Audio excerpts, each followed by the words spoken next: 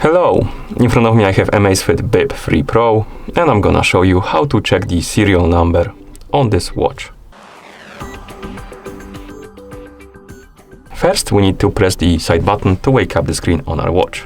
Once you wake up the screen on the watch, swipe down from the top of the screen to open the quick panel.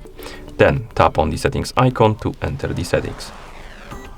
In settings, scroll down and find the option called the system and tap on it. Then tap on the option called About. And here you can scroll down and find the S/N option, and this is our serial number. Here we have it.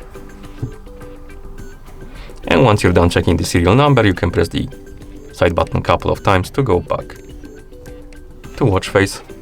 And that's how you change, or actually not change, that's how you check the serial number on this watch. Thank you for watching. If you found this video helpful, please consider subscribing to our channel and leaving the like on the video.